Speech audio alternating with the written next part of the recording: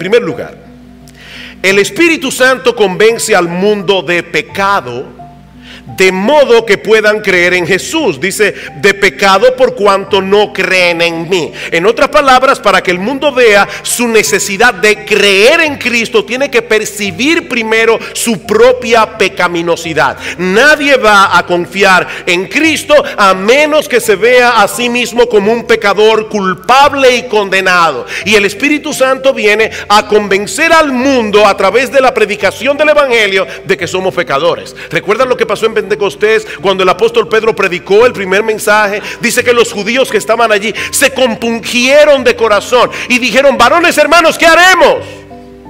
Si Pedro hubiera predicado ese mismo mensaje 2 días antes, no hubiera pasado nada. Pero Pedro predicó y ya el Espíritu Santo estaba allí, convenciendo al mundo de pecado. Por eso yo decía el domingo pasado que si una persona nunca se ha visto a sí misma como alguien que merece la condenación del infierno, podemos estar completamente seguros de que esa persona no es cristiana. Mi amigo, yo no quisiera que nada te distraiga de esto que yo acabo de decir, así que lo voy a repetir. Si una persona nunca se ha visto a sí misma como alguien que merece la condenación del infierno, nosotros podemos estar absolutamente seguros, como si tuviéramos delante de nuestros ojos el libro de la vida, que esa persona no es cristiana. Con toda seguridad.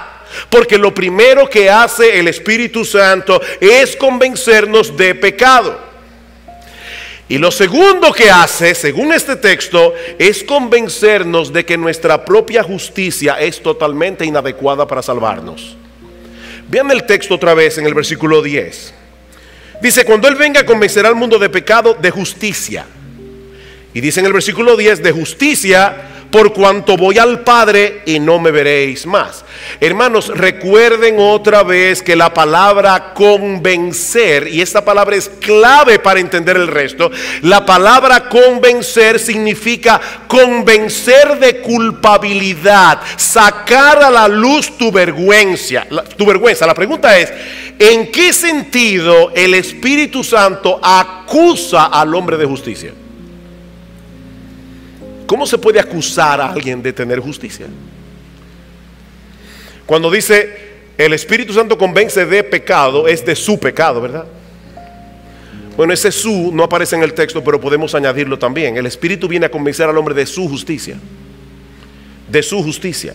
Es muy probable que el Señor esté usando esa expresión en el mismo sentido en que la usa el profeta Isaías, cuando dice en Isaías 64:6 que todas nuestras obras de justicia son como un trapo de inmundicia delante de Dios.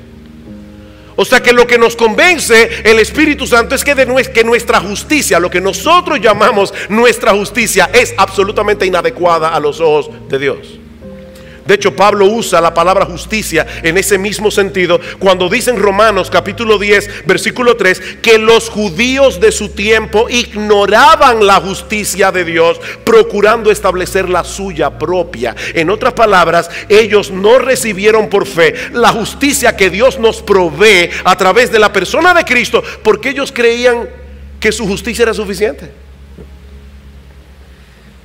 Ese es uno de los grandes problemas que los hombres tienen con el Evangelio. Se ven a sí mismos como personas buenas que de vez en cuando hacen cosas malas.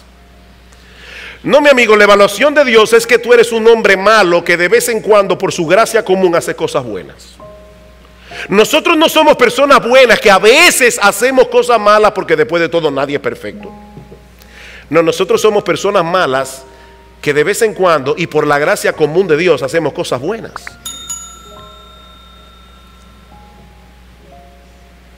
Nuestra justicia no es suficiente para llegar al cielo. Versículo 11. De juicio, por cuanto el príncipe de este mundo ha sido ya juzgado. ¿En qué sentido el Espíritu viene a convencer al mundo de juicio? A hacerle ver la culpabilidad de su juicio. A hacerle ver la vergüenza que deberían tener por el juicio que han hecho. ¿En qué sentido? La clave parece estar en lo que sigue diciendo luego. Viene a convencer al mundo de juicio por cuanto el príncipe de este mundo ha sido ya juzgado. Hermanos, ¿dónde fue juzgado el príncipe de este mundo? Obviamente en la cruz del Calvario. En Juan capítulo 12, versículo 31, mirando hacia la cruz, Cristo dice: ahora es el juicio de este mundo, ahora el príncipe de este mundo será echado fuera. En otras palabras, lo que pareció una terrible derrota para Jesús fue en realidad una aplastante victoria contra el príncipe de este mundo. Cristo venció en debilidad, muriendo en la cruz del Calvario por nuestros pecados. Pero ¿saben qué? Ese no es el juicio que el mundo hace de lo que pasó en la cruz.